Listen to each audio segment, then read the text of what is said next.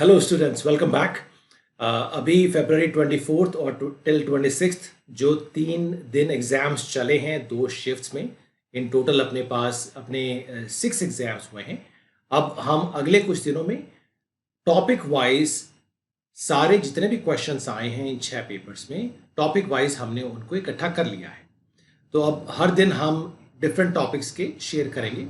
आप इन वीडियोस को यूज़ करिएगा। जैसे आप मार्च 15 वाले एग्जाम के लिए आप प्रिपेयर करने वाले हैं, तो इनको बार बार एक बार रिविजिट कर लीजिएगा। कोशिश ये रहेगी कि हम जल्द से जल्द समय के अंदर इन वीडियोस को रैप अप करें। तो चलते हैं, आज यूनिट्स एंड डायमेंशंस के बारे में डिस्कस करेंगे।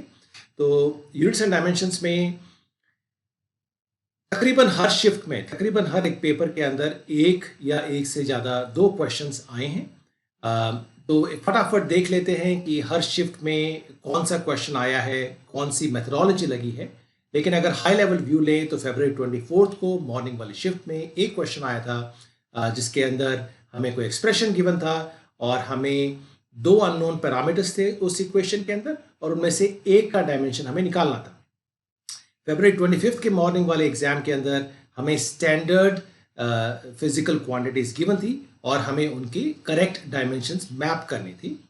थर्ड जो क्वेश्चन या जो सेकंड क्वेश्चन जो हमने शिफ्ट 1 में देखा फरवरी 25 को, दैट वाज वो था वर्नियर, वो था स्क्रू गेज के ऊपर, जिसके अंदर एक स्क्रू गेज गिवन है विद सम 0 एरर, और फिर उस स्क्रू गेज को यूज करके उसकी रीडिंग्स को देख के हमें वायर का रेडियस डिटरमाइन करना था।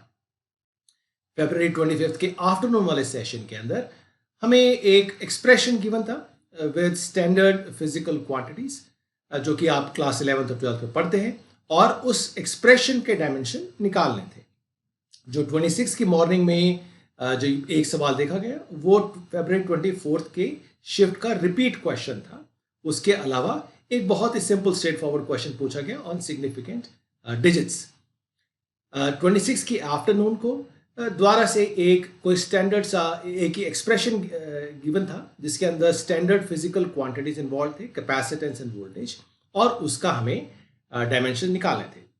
तो फटाफट देखते हैं जो 24th वाला था उसको कैसे सॉल्व करना है। तो यहाँ पर आप स्टेप बाय स्टेप देख सकते हैं।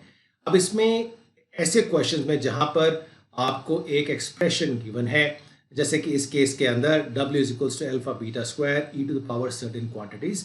अब इसमें 2 अननोन पैरामीटर्स हैं, अल्फा और बीटा, और हमें पूछा गया है कि बीटा के डायमेंशन क्या है। तो एक चीज ध्यान रखनी है कि जैसे एक्सपोनेंशियल की जो भी पावर रहेगी, जो भी उसका एक्सपोनेंशियल की जो पावर रहेगी उसके डायमेंशन 1 रहने चाहिए। That means x square by alpha के बी टी के डायमेंशन 1 होने चाहिए, और के बी टी और के T Boltzmann constant times temperature, उसका फट से आप याद करें काइनेटिक थ्योरी ऑफ गैसेस के अंदर कि 3/2 kT is nothing but energy. तो kT के डायमेंशंस भी एनर्जी के डायमेंशंस है। बाकी उसके आगे आप देख सकते हैं, स्टेप बड़े सिंपल हैं, आप बीटा के डायमेंशन डिटरमाइन कर सकते हैं। इसमें एक द्वारा से ध्यान रखने वाली बात क्या है, ई वाले जो एक्सपोनेंशियल टर्म है उसके भी ओवरऑल डायमेंशन 1 रहते हैं। तो वर्क डन के dimension are equal to the dimensions of alpha times beta square. अच्छा, आगे बढ़ते हैं। ये स्टैंडर्ड अपने फिजिकल क्वांटिटीज हैं, Planck's constant, kinetic energy, voltage, momentum. तो as long as you can recall कि एच कहाँ आता था, सिंपलेस्ट एक्सप्रेशन रिकॉल करिए।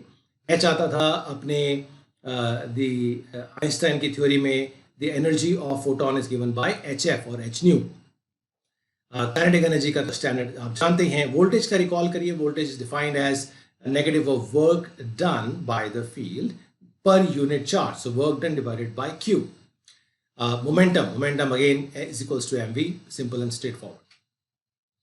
आगे चलते हैं। तो अब स्क्रू गेज है, स्क्रू गेज के अंदर आपको एरर गिवन है, और इस केस के अंदर ये कहा गया है कि जो एरर है वो नेगेटिव एरर है। That means it says 8 divisions below the main scale. तो जब 0 पे होना चाहिए तब उसकी रीडिंग 8 है। तो अगर 72 दिखा रहा है रीडिंग, इसका मतलब उसकी एक्चुअल रीडिंग है 72 माइनस 8। बाकी सिंपल एंड स्ट्रेट फॉरवर्ड है।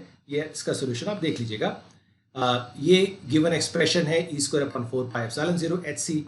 अब इस केस के अंदर ऐसे जो एक्सप्रेशंस आते हैं, जल्दी से सॉल्व करने के लिए आप फट से रिकॉल करें कि E square by 4 pi epsilon 0 ये कहाँ देखा हुआ है।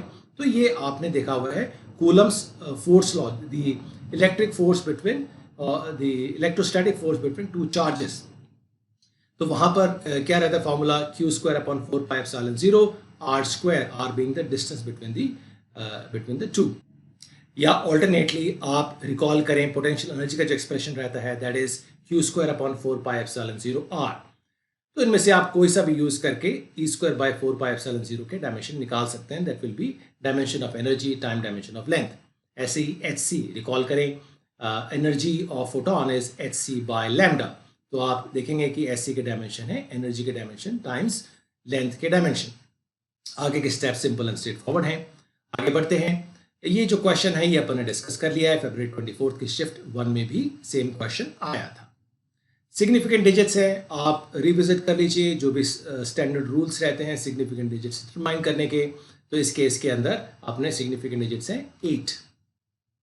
C बाई V, इसके डायमेंशन निकालने हैं तो रिकॉल करें C की definition, capacitance is Q by V, right. तो essentially C by V is nothing but Q by V square.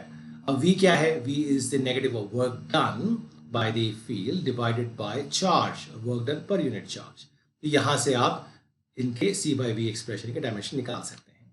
And ये कंक्लूड करता है अपने discussion on units and dimension, जहां पर अपन ने जितने भी क्वेश्चंस आए हैं फरवरी 24 से 26 के एग्जाम्स में, जेईई मेंस के 6 शिफ्ट्स में और ऑल 6 पेपर्स, वो हमने सारे कवर कर लिए हैं.